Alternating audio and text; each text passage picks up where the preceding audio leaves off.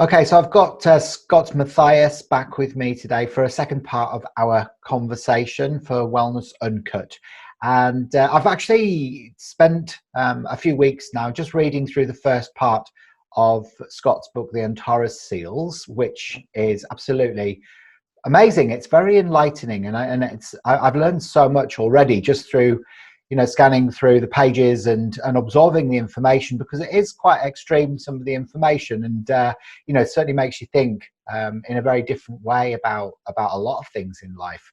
So I kind of wanted just to go through a few of those questions that I have for you, Scott, now after reading that.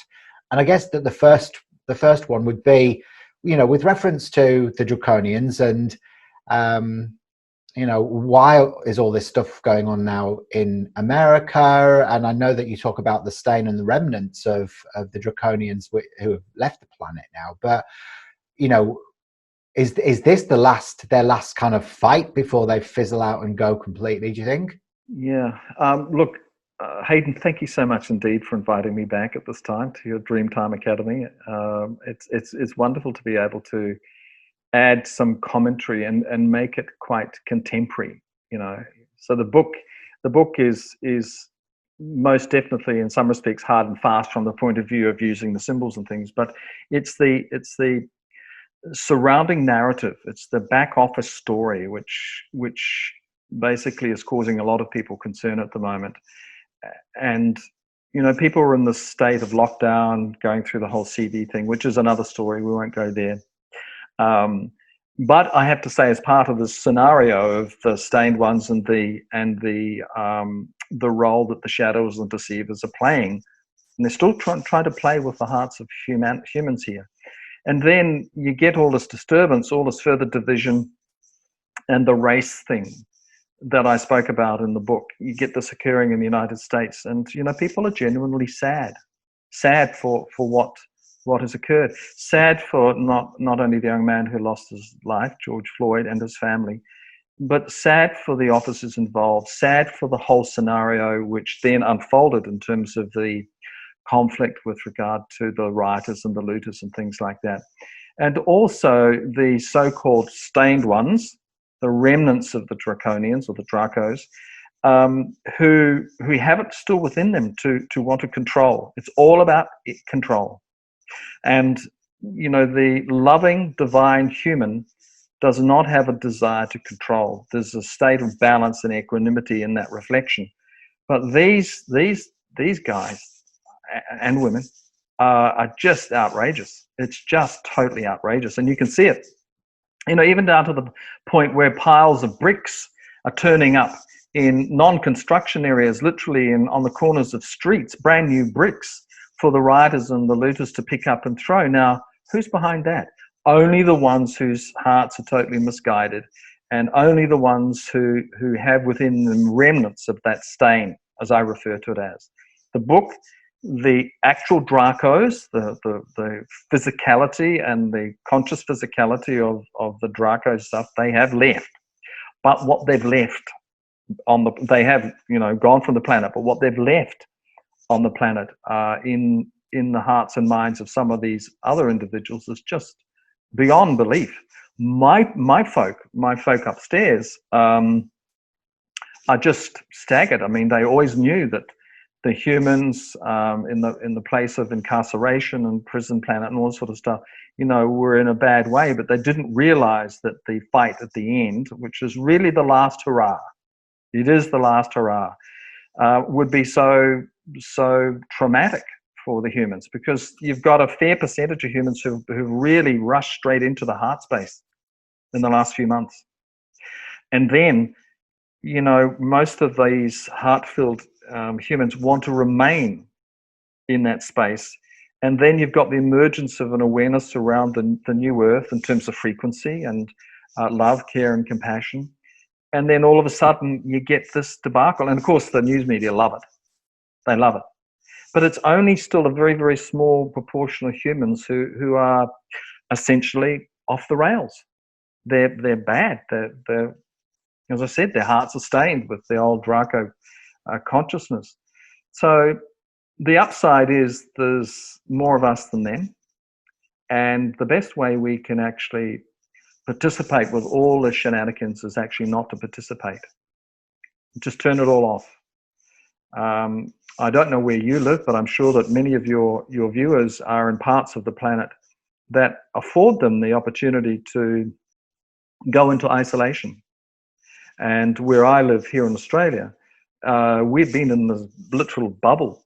It's like a 5-dimensional bubble. We're off the main road, but we have everything we need here. But we're not involved in police checking for comings and goings, and in Queensland it's just been nuts. People wanting to control other people getting across borders, traveling within 50 k's or 150 k's, just been crazy. But we've actually had none of that here, none of it. And that's a beautiful thing. And the other really interesting thing you might find is that a handful of those people who are participating with the Antares Seals since they were released earlier this year are now wishing to come to where I'm living here in Agnes Water on the eastern seaboard of Australia. So it's almost a direct line across to you or down a bit. We've got this lovely serenity. We've got this lovely beach. We've got an interaction with nature. It's not lush, rainforest and things like that, although just further inland it's a little bit more like that. But the energy of the place is uncomplicated. And it's unfortunate, and I had an incident just a few minutes ago where the 3D, infiltrated our little world. And I have to say, it comes back to how you respond. How are you responding to what's going on out there? Do you wish to be a part of any part of that? And most people are saying no. Then what do? Switch it off, disengage, unsubscribe. So it's interesting because it's a few years now I've been listening to Esther Hicks channeling Abraham, and of course, the law of attraction is, it's simple, really. It's like whatever you shine your light on gets bigger and bigger and bigger. So, Abraham kind of says about any sorts of protests or, things where you have to make a stand in life, that you're just fueling the fire.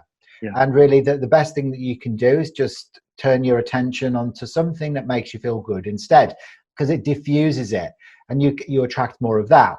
So, I think, you're absolutely right in, sort of detaching from the hype or the mainstream or whatever you want to call it, and just really going back into the self again. And I think that's where, the existence of the new matrix is, it's within the realm of the heart. And I think that, we've got to keep reminding ourselves of that, because you're right, it is about response and not about reaction.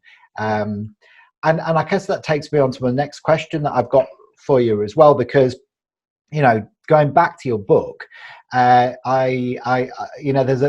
this stain of the Draconians sort of seeps throughout all and infiltrates all parts of society, including things that we've actually,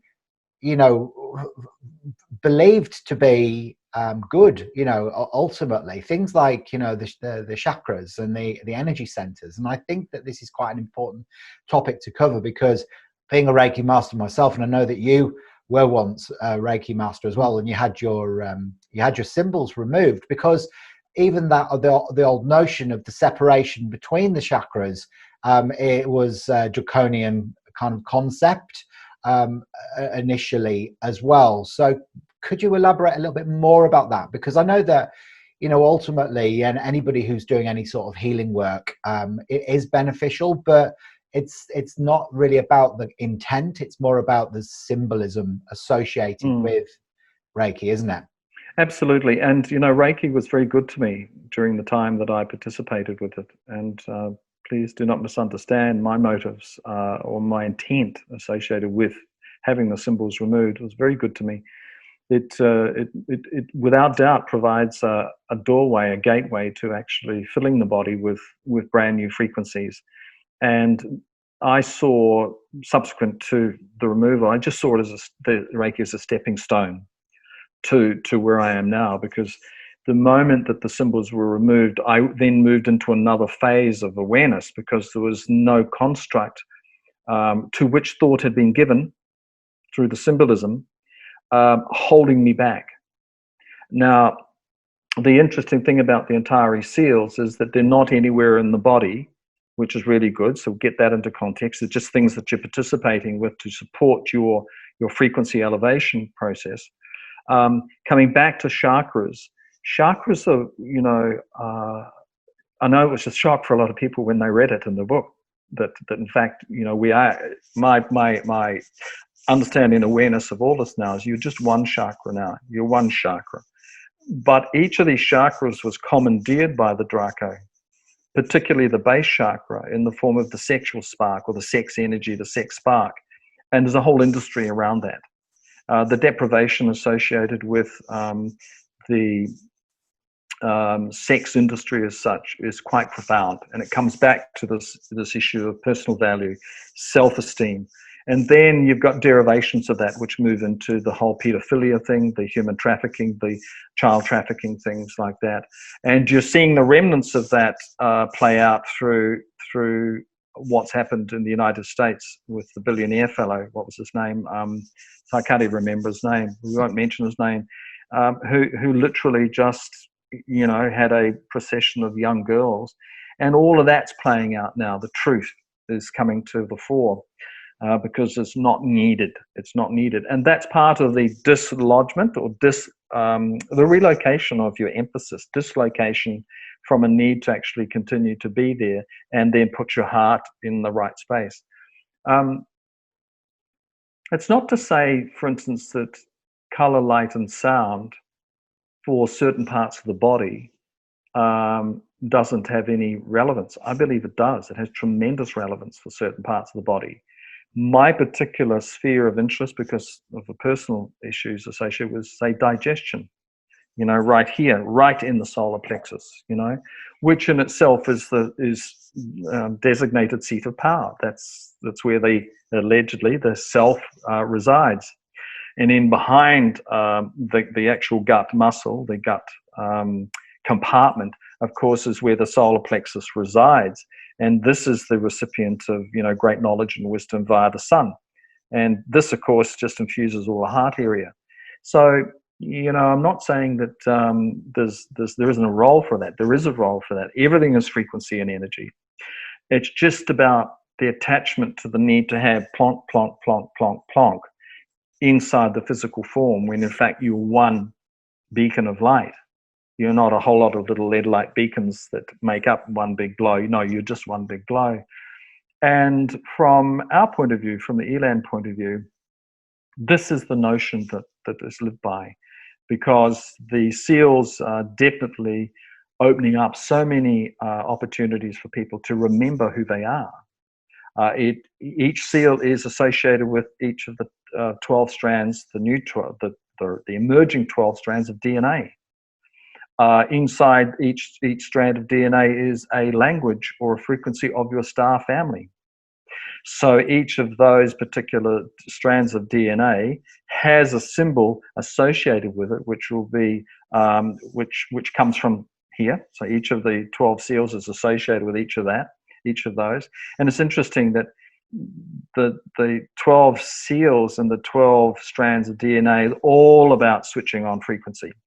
Because at one point in the very near future, or at a point in the very near future, there is not even going to be a notional need for DNA in that context, because it becomes an electrification process. So you get a D-ribonucleic acid becomes D-riboelectro. It goes into electric form, and the RNA goes into an electric form.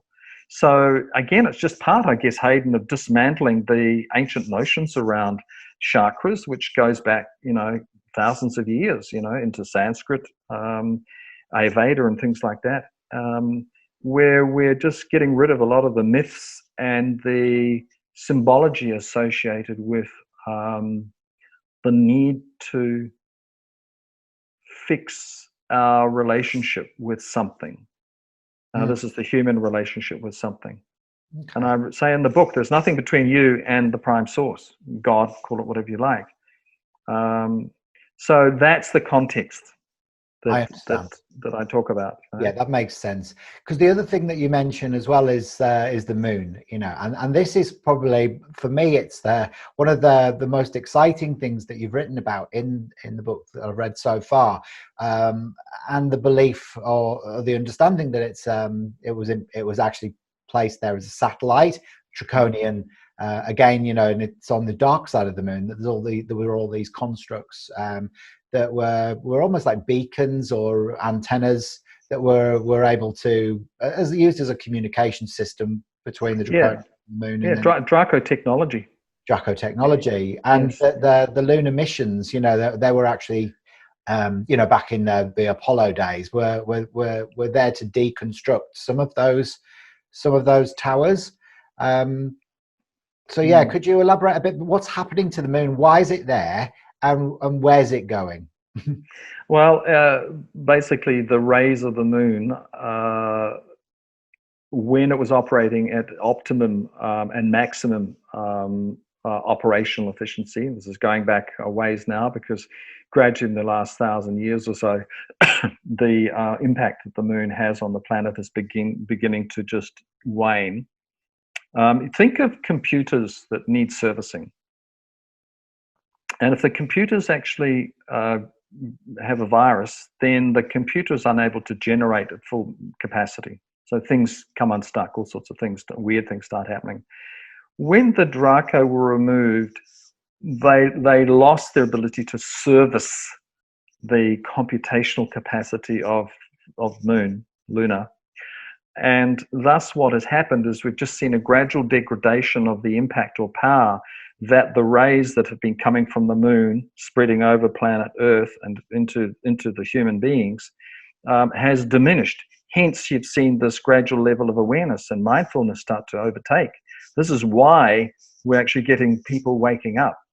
None the least just greater spatial energies moving in, but the capacity of the moon to hold power over the human heart is just diminishing, to the point now where there is a flotilla of craft that are positioning themselves ready to literally yank the moon out of the geostationary orbit of planet Earth. Now, planet Earth needs the moon to go just as much as the humans need the moon to go in order to remove the veil completely.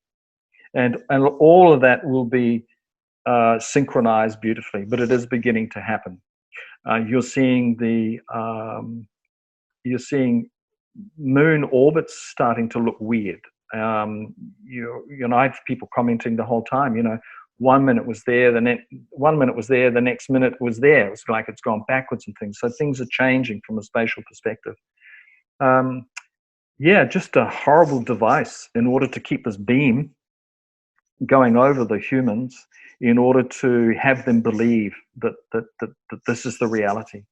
And it's not the reality. There are worlds out there. There are space people out there, not unlike the human, and then others of major and varying and quite exciting physical dispositions that are ready and open, ready, willing, and able to. They've got their arms open, ready to welcome humans back into the family. So where's the moon going though? Like, I think the last time we spoke, you mentioned that it's going to the other side of the sun. So is that where it's heading? Well, the other side of the sun is another story. No, it has no further useful purpose. So destruction is the name of the game here, and it'll either be driven into the sun, or it will be taken somewhere quietly and just quietly dismantled. So that it no longer has a power. It's literally like taking an old computer out of service. You have to take it out and then introduce another computational device. Was the old one no longer? Remember, the old days, these computers were enormous. Now, through the capacity of a laptop, we're generating the same capacity, these enormous IBM things that went back to the 60s and 70s. So it'll be taken elsewhere, but I do see destruction without any stretch of the imagination. But won't be something that'll be visible from Earth. You see, the moon actually has had a hold over the magnetic field of planet Earth. Now, what have we been hearing in the last 10, 25 years? That the poles have been slipping, that they've actually been moving. So south here and north, that they've actually been moving. And that again is another sign that the moon is losing its grip over planet Earth, which is just wonderful. She needs peace. What do humans need? What do they want? What do they crave for now is peace. Mm-hmm. So planet Earth also needs the same peace. So it's not all about the control that the moon had over the humans. It is also about the impact that the beams coming from the moon computers had over the magnetic field of planet Earth. She craves to come back into balance and equanimity. What do humans want right now? Balance and equanimity. So once she's gone, then it's going to have a massive ripple effect on the tides and the way the ocean functions. It won't have that push and pull motion anymore, will it? No, it'll have a sloshing effect. It'll literally have a sloshing effect. So you won't get the extremes. Things will become more passive. You'll also find that fisheries and sea life will actually increase because they're not in that state of magnetic flux. One of the most interesting things I should mention here is the impact on the female human's menstrual cycle. So again, one of the byproducts of the rays coming from the moon to planet Earth was basically to control the women's menstrual cycle so that they could maintain breeding. So you'll find that the women's menstrual cycle will begin to change, diminish, and in many respects go away. There are women that I know now in their 30s and 40s who no longer are menstruating on a monthly basis, which is wonderful, fantastic, and incredibly amazing. Do they still want to actually have children and things like that? It's not necessary to have children again. It's not necessary to bring other humans in anymore. They were only being used, the women, literally like breeding machines to actually bring humans in to keep the cycle, to feed the Dracos, the need for this continual replacement of the humans, i.e. birth and death. You lose some, you've got to keep them coming. So in many respects, it was a great eco-spiritual Ponzi scheme run by a bunch of crooks, humans. They needed to keep it going, but once you actually stop that process, then all of a sudden the fodder for the Draco stops and there's nothing for them to feed on. And you also remove a whole lot of other aspects, influences, energetic influences from the scenario, and the human begins to find itself again, begins to reconnect. And guess what's happening right now? Humans are finding themselves and reconnecting in the most amazing ways. And of course, it's a great way of population control as well, because that can't continue the way it's going, can it? So no, and population control in this context is really just a cosmic naturalness. It's a neutral zone now for humans to be able to choose to replicate in their own light, rather than actually forced replication through the process of this hijacking of the sexual spark and the maintenance of the monthly women's menstrual cycle and things like that. And it's got nothing to do with population control vis-a-vis the cabal dark forces. Nothing to do with that at all. It's about humans finding themselves again. It's about planet Earth finding herself again. Because look, this whole business of propagation, controlled propagation, is causing stress on planet Earth. She doesn't want the humans here any longer. They're like ants on the fleas on the back of a dog. It's just too much for her. So this is why the options for humans right now are just two or three options. One is to actually connect, begin to actually take your point of reference away from your human experience and refer to your cosmic originality, to your cosmic origins. Originality is origins. And that's when the beauty of your internal knowledge, internal wisdom, in concert with the expansion of your electrical frequency, brings forth great understanding, great knowledge, great wisdom, as opposed to being in enforced lockdown for humans for thousands of years. I mean, you thought the CV thing was punitive. No, step back. Humans have already been in the state of lockdown, but to the detriment of their spirit, to the detriment of their soul. So the opportunity for expansion now in a cosmological context is phenomenal. And as I explain in the book, seal by seal by seal. So the first three seals, Chemistis, Chromos, Triane, these are basically working pragmatic frequencies that will allow the body to get to a certain point. The other 9 seals are very much milestone related in terms of what can happen.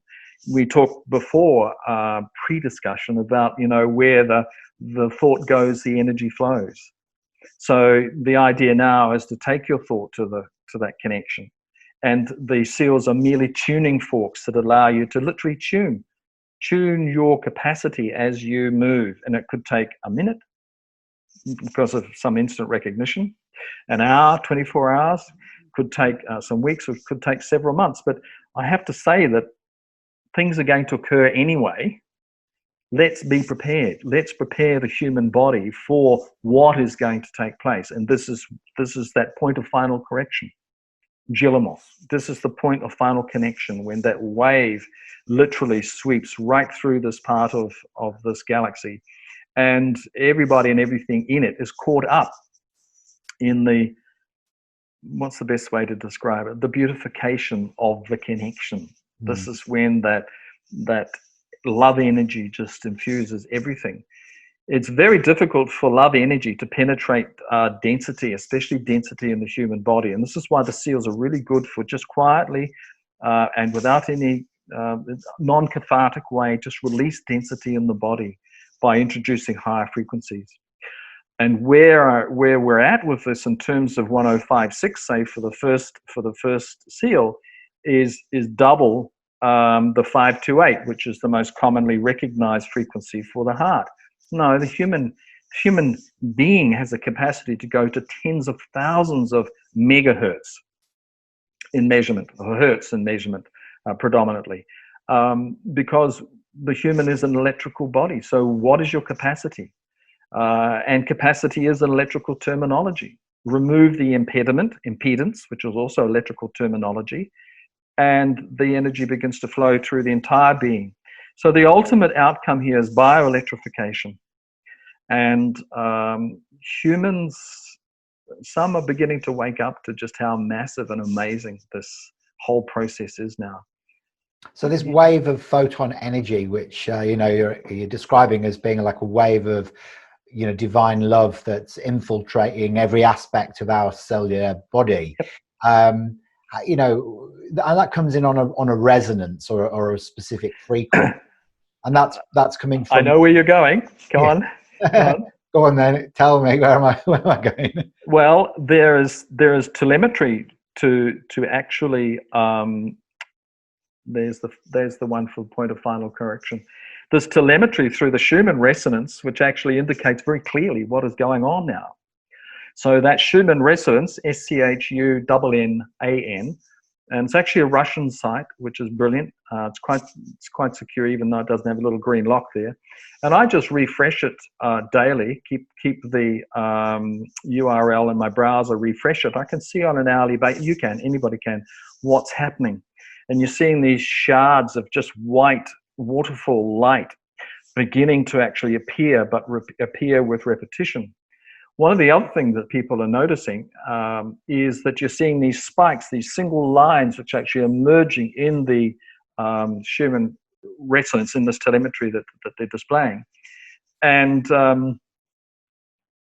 this is something which I don't talk about in the book because it's just new, is that these shards literally are spikes of energy that are created by a group of us in space, in the off-world context, in order to help further break apart, flatten out the density, the remnants of this draconian energy we talk about. But that is a request by planet Earth for support.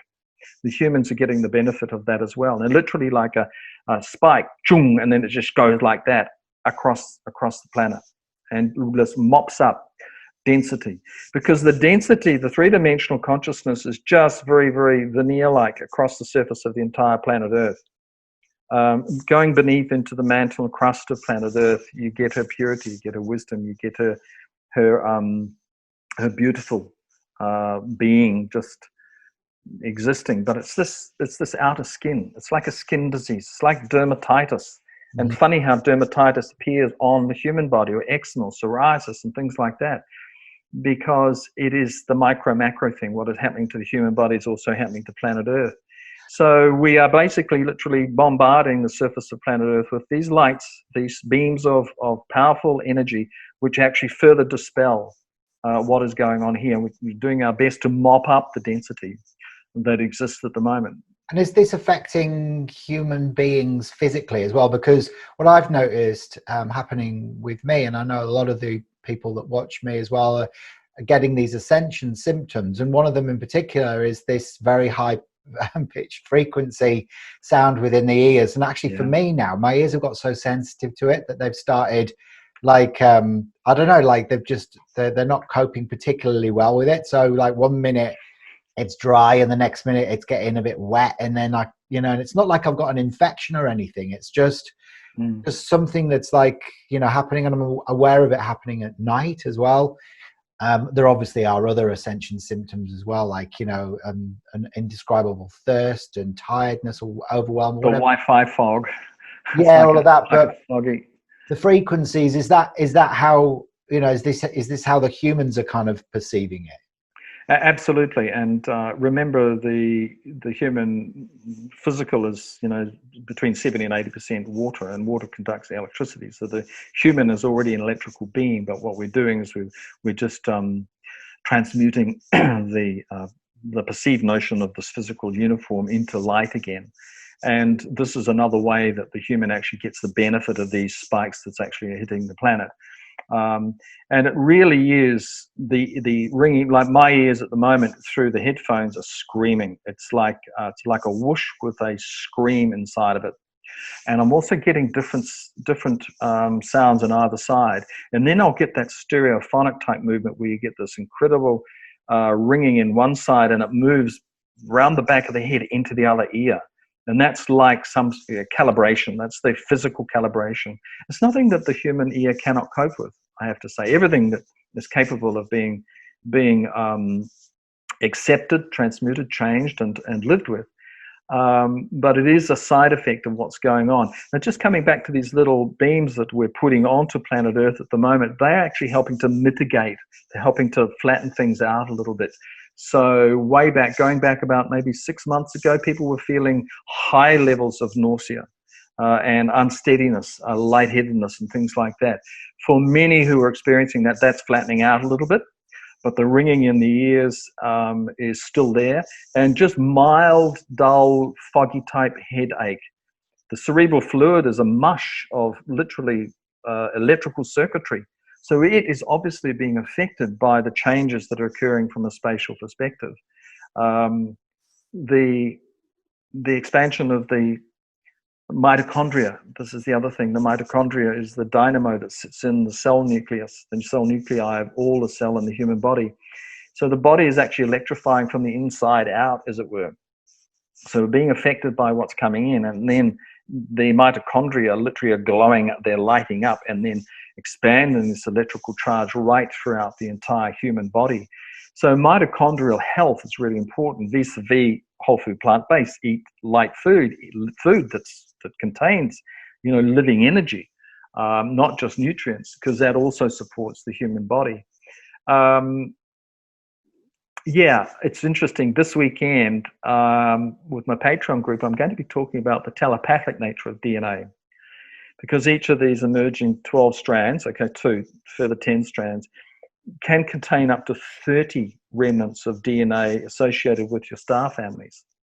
So humans talk about the hybrid thing, they get all concerned about hybridism. Human body, human physical is already in the hybrid state. It contains, parts of the DNA of 30 plus more, and it's growing because of recognition. So when frequencies actually activate certain remnants inside the physical human DNA, other points of recognition come in. So we are related to literally multitude of star families already, star species already. And what's emerging is the capacity through the star language to communicate via the DNA with the predominant frequency that you reside in at this particular point. So if I can speak a dozen or 15 different star languages, then this physical body basically is responding to the harmonics with each of those individual languages, which then in turn affects the DNA inside the human body, means then that you can start to have telepathic conversations with your family. The emergence of the 13th seal. So 12 seals from the book, but the emergence literally within the last few days of a seal which is designed basically to support the expansion of your telepathic relationship with your star families. Now this very thing, being able to communicate with your off-world families or with off-world species or off-world people, it's fine to call them people, is something that the Draco didn't want you to do. So, you're looking at the military-industrial complex at the moment. They've tried to squash all the stuff. They've hidden all this technology. They don't want the humans to start communicating directly with off-world species. They lose control. But guess what's happening? Humans are doing it. And this whole expansion is going to take on a whole, within the next couple of months, you'll see more people talking of their telepathic capacity as everything inside them begins to open up even more. It's already happening, isn't it? It's Yeah. I know that through so many people contact me via email and through my YouTube channel and whatever, and they're explaining, how they're receiving information that they're not even really sure where it's come from, of their origins, and they want to have that confirmed. So what I've started doing is, preparing sort of starseed numerology reports, which look at, the birth date and then the resonance and when the sun was at the time they were born, and which star system or systems they may be. When you take the moon out of a scenario, it's going to change the whole thing. Mm-hmm. Yeah, absolutely. Because the moon is, it's created such a powerful influence over the whole of humanity. But I think that it's going to make the clarity so much better. You think about, people are receiving information like, like myself, for example, in the middle of the night, I woke up, it was about 3 years ago, and I was told that I was from Andromeda. But since then, I've also recognized that I've got a connection with Arcturus and Speaker as well. So, and the information kind of only comes through in dribs and drabs as far as your consciousness is ready for, I suppose. And yeah, you take the moon out of the equation, but it's going to be quite a sudden upgrade, I think, for everybody, almost instantaneously. Yeah, the body is the harborer of the memory, and it's like history has no part in the human experience any longer. Okay, beautiful memories, no doubt about it. And we're literally, the humans are literally stepping back into that state of completeness again. And, the tap has been turned on and there's a trickle of clear water, just a trickle, and it's gradually going to get more stronger and stronger and stronger until it comes out as a torrent. And that's when that point of final correction, that wave begins. And it's going to be literally a snap. It will be a snap. And those that are prepared and ready, who have developed an awareness, who have worked with their body through food or through symbology or whatever, through telepathic communication, whatever, will survive the snap, but the others will remain in the old 3D world. And that's the rock. That's the rock that'll go behind the sun. And there's really only another 300 years of planetary, three-dimensional reality left. Now that's, again, planet Earth bifurcating, just splitting the cellular body off at this particular point, so that you've got the 5-6, you've got an original frequency that she is familiar with because she has been here before, and then you've got the remnants of that old three-dimensional incarceration just sitting quietly behind the sun. And again, those that refuse to change or find it difficult to change, or still have a need to control or to take money and greed and have an unloving heart, they will just go there. Remember, they are also expressions of the divine. They're expressions of the prime source. The stained ones, as such, are just, let's say, misguided. Their actions are bad, They're but in they still have. rehabilitation, aren't they now? Pardon me? Aren't they in rehabilitation now? The Draco is definitely in rehabilitation. So again, they're also feeding back a change of frequency to those stained ones. So it's literally, pouring water into a muddy glass, and it's just getting clearer and clearer and clearer and clearer. Because any changes that the Draconians experience will impact on the shadows and deceivers on Earth and in other realms, by the way. It's not just about here. So this level of control has existed in other realms. So where are they being rehabilitated? Is that on a different planet, or? Yep. Yeah. They're just taken. It's like a bus turns up one day and they all get on it, and the bus goes to another destination. I wouldn't fancy that job. No. Rehabilitation. A bunch of Dracos in the back seat. Yeah. Yeah, exactly. Essentially that's it. And there really was an ultimatum. This thing is bigger than the human mind has the capacity to even understand. There's an ultimatum given. And if they're not prepared to see, the thing is, you can't destroy the prime source spirit. When the spirit exists within any form, it cannot be destroyed. Even through a 1984 type scenario, where you see a massive subjugation, you see the dystopic nature of the way planet Earth is going. You cannot destroy that. I know what 300 years looks like. I've been there. It's part of my job. Now I've come back here to actually say, okay, can we head this off the past? Can we actually get more people onto this other mode of transport?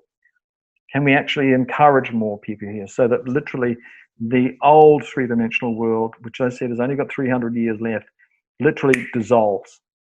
Where the thought goes, the energy flows. You disengage the thought or any activity associated with controlling thought, including the presence of the moon, and it can't exist. If you stop subscribing to a certain program, you no longer receive the daily email. And that's what it's about. So you just unsubscribe. And you look at that from a broader energetic point of view. The impact of what is currently being experienced is monumental. It's not just about planet Earth and humans. Get over yourselves. This is massive. This goes right throughout galaxies and multiverses. It's incredibly large. And even this whole idea of, what does a new world look like? There are people who are fixated on this new Earth thing. New Earth is an individual thing. It's not actually an organization. It's not actually even a group of people under the banner of New Earth. It is an individual consciousness. And then all of a sudden you find that the people that you're walking along the beach with have the same level of consciousness. So you're already participating in that higher frequency. It has no dogma attached to it. It goes beyond the need for structure, because we're moving into a structureless space. That's the other thing too. Yeah, and I suppose it's interesting as well how, the 13th symbol has just come in, the 13th seal, based around, the whole notion of the 13 being the sort of the new 12, really, isn't it? Yeah. Now, if you think about the spiral of consciousness. But the baker's dozen. Yeah. So we've already had, humans have already had exposure to the notion of 13. Because it turns up in all sorts of places. Funny how they decimalized everything and got rid of 13, and everything was just ones and tens. Isn't that a form of control? Well, yeah, and they even tried to poison the number 13 as having it being an unlucky number. That's correct. And they get rid of the number 13 in certain places as well, don't they? Oh, well, some hotels never have a 13th floor. Yeah. But that is just part of the symbology that's ascribed to that particular numeric configuration. It's really just remnants of the linear association which humans need to have at this particular point in order to continue to move one foot after another. human is going into an everywhere at once scenario, omniscient, omnipresent, ubiquitous, always on, always available, you know, going into that state of being without time, without linear infrastructure. And again, linear infrastructure. What did I say about the chronograph in the book? This is called a watch, because this is a watcher. This keeps you locked into 24 hours a day. And you're doing work for 12 hours a day, or 8 hours a day, and you're doing rest and play for allegedly for 8 hours a day, but most people are actually recovering, and then they're trying to sleep. So all that will go. The whole notion of linear expression will just disappear completely. There'll be no such thing as a railway, which is linear. There's no need for a ruler, which is linear. None of that. Great. So is that how you your spirit manages to exist simultaneously on the Elan spaceship? You know, as captain of the Elan spaceship, and also, you know, like on the Earth plane as well, carrying out the work that you're doing at the moment. Because you've got a crew that helps you as well, haven't you? You've got a crew of, I think it's about 7 other beings that assist you on that, and you and the person who was Scott Mathias is kind of being sort of looked after by them until he's ready to sort of go back into Mandira as such. It's actually just a split. So Mandira and Ankara are just a split. And you know, as I explained in the book, the whole walk-in scenario, which people can relate to, you know, from 1953 to 1987 was one avatar, Mandira, and then from 87 to this present time is the second avatar. And I explain, and in fact, you know, now I could have explained even more in the book about the seemingly complex but quite simple nature of that transition back in 1987. But the impact on the human at the time was phenomenal, both mentally and emotionally and in the physical body, because you're literally coming in and having to relearn how to be a human. I am seriously, in this particular avatar, seriously inept in a whole lot of things, because as an empath, I have this belief that everybody else is in a state of loving empathy with all else, and then you get stabbed, or you get someone tries to take you down, or you get bullied or something like that. And that's why a lot of the empaths, particularly at school, who are lighter entities, you know, get bullying because the others cannot work the empath's frequency out. They see something like a foreign body. It's too much for them to actually live with. It's very, very difficult for them to live with, particularly these young children. So yeah, the crew have particular and specific competencies and skill sets from a cosmological point of view. And some of them are related to, some of their skill sets are related to celestial navigation, others to spatial creation. Others have sort of an anthropological capacity. In other words, they know cultures very well. Some of them know the human experience very well, so therefore they're able to second guess what's going on. But I was about to say there are many long and sleepless nights at the moment, but there's no such thing as a long and sleepless night in that realm. It just is, because it's like the head shaking is going, what the hell's going on here? What are they doing now? What's happening? We didn't realize that the grip, a draconian grip on the hearts of the shadows and deceivers, those stained ones, was so great, so profound. I mean, it's gradually, we're whittling it away. It's a bit like a rock in a river. Over a period of 1,000 years, it gets smoother and it gets smoother and it gets smoother. You know, one I found on the beach recently is this flat rock, literally, and you can see how thin it is. But it would have started off, can you see that? I'll get out of the way. I can see it. I'll go that way there. How thin it is. And it's beautiful. And there are others very similar to that, the texture. But this is something that's been literally washed up on the shores here for thousands of years. and gradually the surface is just being worn away to ultimately that will disintegrate and just, revert to the earth.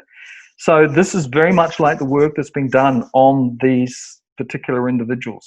And the one thing that we can do collectively now within the broader consciousness of this unified field is literally send the love.